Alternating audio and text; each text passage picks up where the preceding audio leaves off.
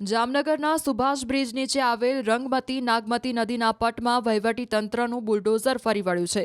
98,845 ચોરસ ફૂટ જગ્યા ખુલ્લી કરવા માટે પોલીસ સાથે મળી મહાનગરપાલિકાએ ડિમોલેશન કામગીરી હાથ ધરી હતી। 17 કરોડથી વધુની રકમના મનાતા 54,045 ફૂટ જગ્યામાં બનાવાયેલા કરોડોની કિંમતના કુલ 12 જેટલા અનધિકૃત બાંધકામો તોડી પાડવામાં આવેલ છે।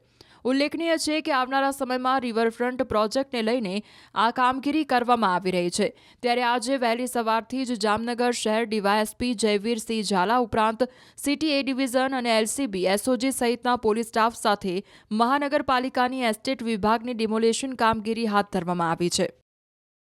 દ્વારકા બાદ ફરી એકવાર જામનગરમાં દાદાનું બુલડોઝર ચાલ્યું છે અને જામનગરની ઐતિહાસિક રંગમતી નાગમતી નદીના પટમાં જે ગેરકાયદેસર બાંધકામો હતા તેને દૂર કરવા માટે ડિમોલેશન કાર્યવાહી શરૂ કરવામાં આવી છે। જે પ્રકારના દ્રશ્યો આપ જોઈ રહ્યા છો, હાલ જે નદીના પટ વિસ્તારમાં બચુનગર જે વિસ્તાર કહેવાય છે, આ વિસ્તારમાં અનધિકૃત 98,000 ચોરસ ફૂટથી વધુ જે વિસ્તાર હતો એમાં ડિમોલેશન કામગીરી છે તે હાથ ધરવામાં આવી છે। વહેલી સવારથી જ મહાનગરપાલિકાની ટીમ છે તે અહીં પહોંચી છે।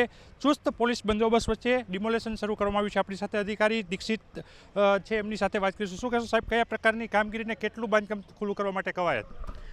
આજરોજ જામનગર મહાનગરપાલિકા જામનગરની એસ્ટેટ શાખાની ટીમ, લાઇટ શાખાની ટીમ દ્વારા નદીના પટમાં વિસ્તારમાં ખાસ કરીને સુભાષ બ્રિજની નીચે જે ગેરકાયદેસર રીતે એમાં મકાન બનાવેલા હતા એમાં 98,845 ફૂટ જેવી જગ્યા ઉપર ગેરકાયદેસર રીતે દબાણ કરવામાં આવેલ હતો, જેના ઉપર 54,045 ફૂટ જેવો ગેરકાયદેસર બાંધકામ કરવામાં આવેલ હતો। એના ઉપર દૂર કરવાની કાર્યવાહી અત્યારે ચાલુ જ છે। આ પ્રકારની કામગીરી કયા સમય સુધી ચાલુ રહેશે? હજી કેટલા બાંધકામો પણ દૂર કરવામાં આવનાર છે? કારણ કે રિવરફ્રન્ટ પ્રોજેક્ટ પણ અહીંથી નીકળી રહ્યો છે। એ કાર્યવાહી સતત ચાલુ રહેશે, કન્ટિન્યુઅસ ચાલુ રહેશે અને ખાસ કરીને જે અત્યારે જે 12 મકાનનો જે ઇલીગલ કન્સ્ટ્રક્શન છે એને ઉપર 2 દિવસ 2ની અંદર એ દૂર કરી દેવામાં આવશે। 2 દિવસની અંદર આ તમામ જે બાંધકામો છે તે દૂર કરવામાં આવશે। જામનગરમાં કરોડોની કિંમતની 17 કરોડથી વધુની જે જગ્યા છે એ જગ્યામાં બિનઅધિકૃત જે બાંધકામ થયા હતા તેને દૂર કરવા માટે હાલ ડિમોલેશન શરૂ કરવામાં આવ્યું છે અને 2 દિવસ દરમિયાન આ બાંધકામો છે તે દૂર કરી દેવામાં આવશે। કિંજલ કારસરિયા, ન્યૂઝ 18 ગુજરાતી, જામનગર। જામનગરના સુભાષ બ્રિજ નીચે આવેલ રંગમતી નાગમતી નદીના પટમાં વહીવટી તંત્રનું બુલડોઝર ફરી વળ્યું છે।